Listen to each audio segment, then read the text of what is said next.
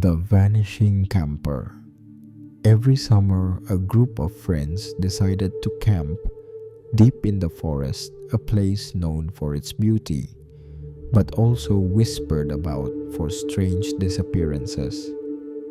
On the first night, one of them, Sarah, went to collect firewood and never came back. I remember the summer it all started like any other summer, full of promised warmth and the kind of endless days that feel like they could last forever. A group of friends, just like any other, decided to escape the city for a weekend camping trip deep in the forest. This wasn't just any forest, though. It was a place whispered about in town, a patch of wilderness that looked inviting, with its tall trees and gentle streams, but carried an old, quiet reputation. Stories of people disappearing without a trace. Rumors passed in hushed tones around campfires and late-night bars. But for us, it was the perfect spot to unwind. Sarah, our most adventurous one, was especially excited. She had been working hard all year, juggling college and a part-time job. So this getaway was her reward. I can still picture her laughing as she packed her bag, the crackling energy she always had, the way she talked about hiking new trails, finding the best firewood and cooking the perfect marshmallow. The forest itself felt peaceful in a way that felt almost unnatural, like a breath held in suspense. The sun filtered softly through the leaves, dappling the ground with patches of gold. Birds sang songs that echoed gently, and a cool breeze rustled the trees in a comforting rhythm. It was the kind of place where you felt small, but safe, like nature's embrace wrapped you in a quiet calm. Our campsite was near a clearing, just enough space for our tents and a fire pit, but still surrounded by thick woods that stretched far beyond what the eye could see. Sarah was the one who chose the spot. She always had a knack for picking places that felt special, like secret corners of the world where magic might still linger. That first night, everything seemed normal. We sat around the fire, telling stories, roasting hot dogs, and making plans for the hikes the next day. When the fire died down, the sky above us exploded with stars, bright and countless. The kind of stars you only see far from city lights, that seem to press close like ancient eyes, watching silently. I remember how the air smelled of pine and earth, and how the crackling fire was the only sound breaking the stillness. As the night grew deeper, Sarah said she was going to gather some firewood. She slipped out quietly, her flashlight cutting a small circle of light through the dark. We watched her go for a moment, the beam bobbing among the trees before she disappeared into the shadows. She promised to be quick, but then the night changed. Minutes stretched into an hour. We called out for her, our voices trembling just slightly in the vast quiet. No answer. The darkness swallowed our words. We searched with our flashlights, moving carefully through the trees, but it felt like the forest itself was holding its breath, watching us from the shadows. At first, I thought maybe she had just wandered a little too far, lost in her own curiosity. Maybe she was playing a trick or had found something interesting to explore. But as time passed, that hope began to slip away, replaced by a growing knot of worry twisting in my chest. By dawn, the sun barely lighting the edges of the sky, we returned to the camp. Sarah's tent stood there just as we had left it, but something was wrong. The zipper was halfway down, and inside her belongings lay undisturbed. Her backpack still open with supplies untouched. Her sleeping bag neatly folded as if she had never left. We called her phone. No ring, no answer, no message. Days passed. We organized search parties, combed through the forest, called the local authorities. The trees, the streams, the dirt paths all seemed to guard their secrets tightly. No footprints besides ours, no sign of a struggle, no clue at all. It was like Sarah had simply vanished into the air. The town whispered. Some said the forest was cursed. Others thought she had run away or gotten lost and fallen. But those who knew Sarah best refused to believe she'd just disappear. Not like that.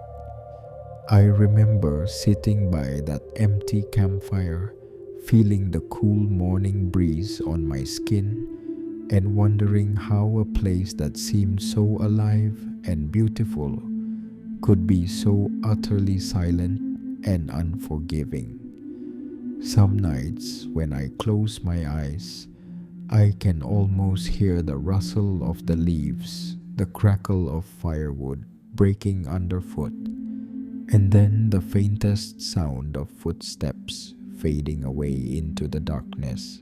And though years have passed, that summer night still lingers a shadow cast over everything I thought I knew about safety, about the woods, and about how quickly the ordinary can slip into the unimaginable. The days after Sarah disappeared felt surreal, like we were trapped between two worlds, the familiar and the unknowable. Life tried to pull us back into routine, but the forest, that dense expanse of trees and shadows, haunted our thoughts. At first, the forest seemed unchanged. Birds still sang, leaves still rustled in the breeze, and sunlight danced through the branches just as before. But slowly, something shifted. I started noticing odd things when I went back to the campsite to gather some of our things. The fire pit was cold and undisturbed, but around it, small piles of twigs seemed deliberately arranged, not like the careless stack we'd built. Once I spotted footprints near the edge of the clearing, but they weren't human. They were too long, too thin, and the pattern was wrong. Like someone or something had padded silently through the underbrush. At night, I heard noises that didn't belong. Not animal sounds, more like whispers carried on the wind, faint and fragmented. Sometimes it felt like the forest was murmuring secrets it didn't want us to understand. I remember one evening when the sky was heavy with twilight, I found myself standing just at the edge of the trees, looking into the shadows. The wind stirred, and for a moment I thought I saw a figure dart between the trunks, quick fluid disappearing before I could focus. The next day, I found something that chilled me deeper than any shadow. While searching through the scattered belongings left behind, I came across a small leather-bound notebook. Its edges were worn and the pages yellowed with age. It was Sarah's diary. I sat on a fallen log and opened it, my fingers trembling. The entries began normally notes about the hike, the friends, the campfire stories. But as I read further, the tone changed.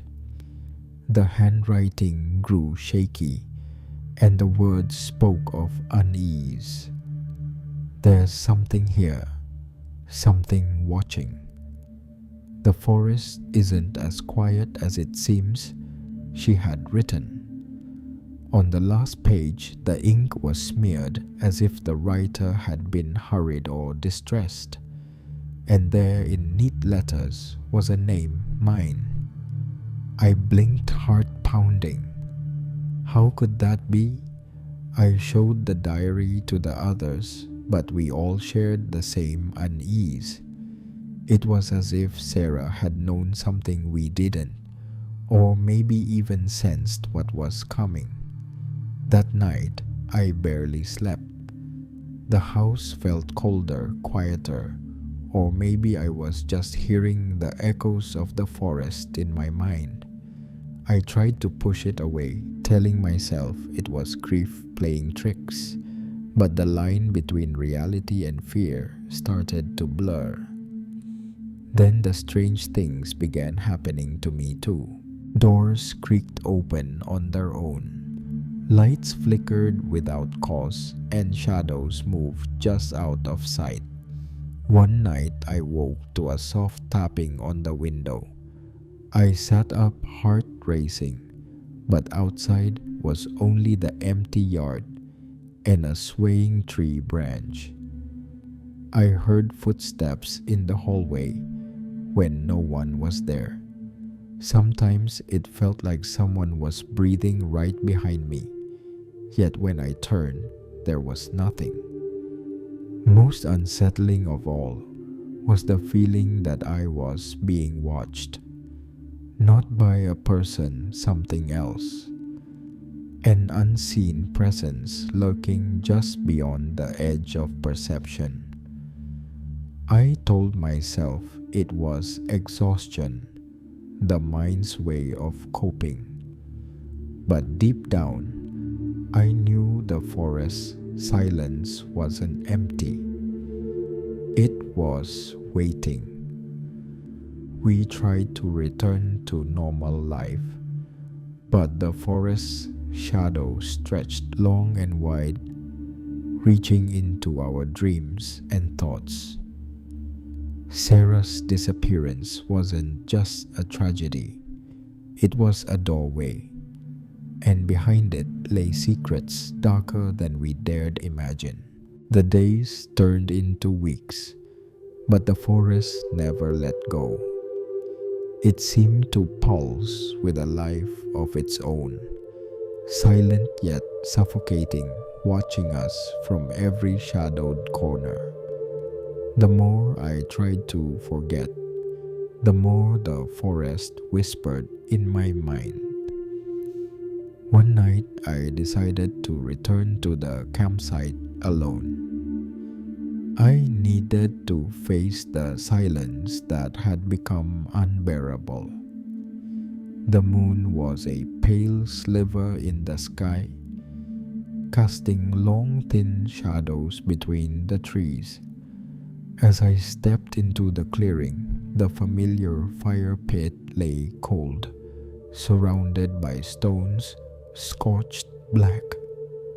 The air felt heavier here, thick like a presence was pressing close.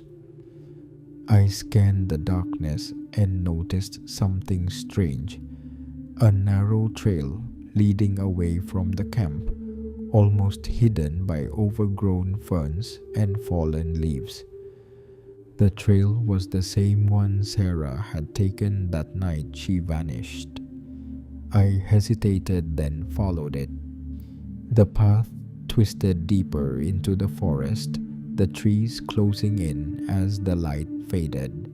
My flashlight flickered, and for a heartbeat, I felt an icy breath against my neck.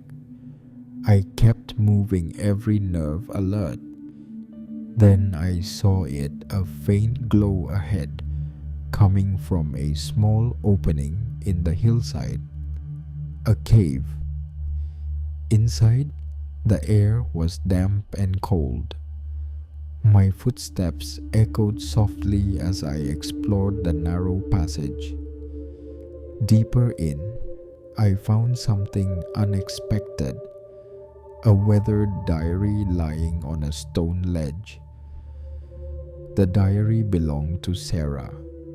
Its pages told a story that twisted my mind in ways I wasn't ready for.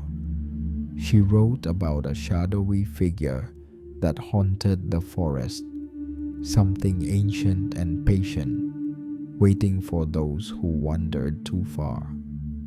Sarah described rules unspoken but deadly. Never follow the shadow's path alone. Don't trust the sound of crying in the dark. And above all, never look into the eyes of the watcher. She said she had been trapped, caught in a web woven by the forest itself, a place where time slowed and the boundary between the living and the lost blurred. What chilled me most was her last entry, dated just days before her disappearance. I am still here, trapped between the trees and the silence. The shadow watches, waiting for me to make a mistake. I don't know if I will ever leave. A cold shiver ran down my spine. The forest wasn't just a backdrop to a disappearance. It was alive with rules, dangers we couldn't see, but felt in every breath. I thought I understood fear before, but this was something else. The kind of fear that seeps into your skin, into your thoughts, twisting reality. In the nights that followed, the strange events intensified. Footsteps circled my house when I was alone. Whispered voices slipped through the cracks in the walls. And sometimes when I closed my eyes, I saw a pair of glowing eyes staring back at me from the darkness. I realized then that the forest had marked me too. The watchers, the shadows, they follow, they wait, they test. The rules were clear, but breaking them felt inevitable, like a slow dance with something that didn't belong to this world.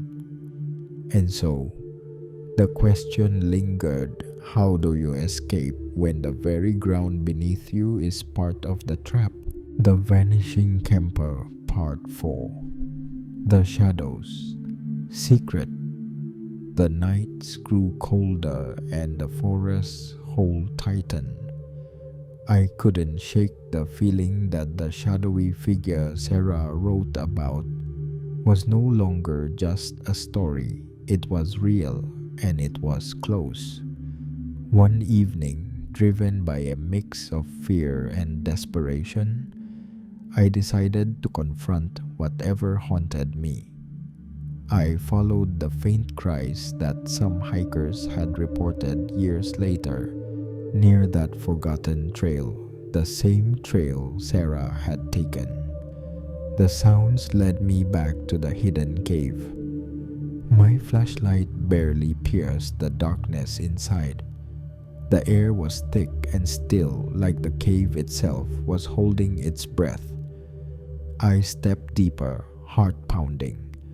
Then I saw fresh footprints that didn't belong to me or any searcher. They were small, light, as if someone had come and gone in silence.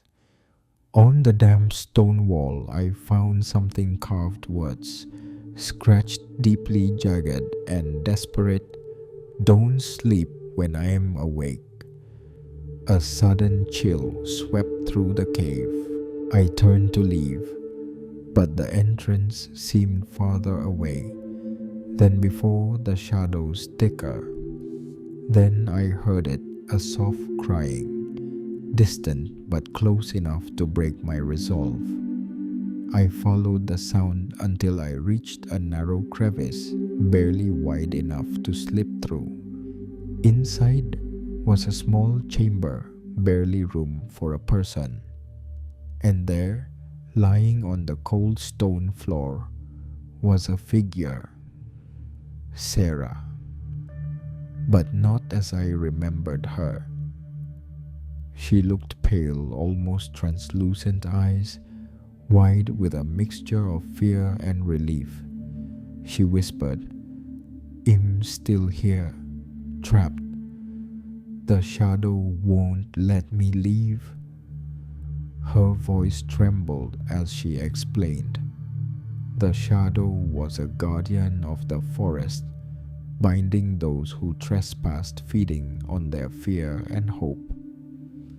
Sarah had become part of the woods, neither alive nor gone lost between moments. I wanted to help her, to bring her back, but as I reached out, the cave darkened. The shadow appeared, a silhouette with no face, shifting like smoke. It moved toward me, and I felt a cold pressure on my chest. The rules Sarah warned about echoed in my mind. Don't trust the cries. Don't follow the shadow. Don't look into its eyes. I forced myself to look away, scrambling back through the crevice. When I finally burst into the night air, the forest behind me was silent once again. Sarah's tent is still there, untouched. Her belongings remain inside. No one knows what truly happened to her. Trapped between worlds, a prisoner of the summer wilderness. And sometimes hikers say they hear a woman's crying near that forgotten trail, a mournful sound carried by the wind. Some say it's Sarah calling for help. Others say it's the forest warning us some places are better left alone. So if you ever find yourself near those woods, remember the rules, because the shadows are always watching, and sometimes they never let go.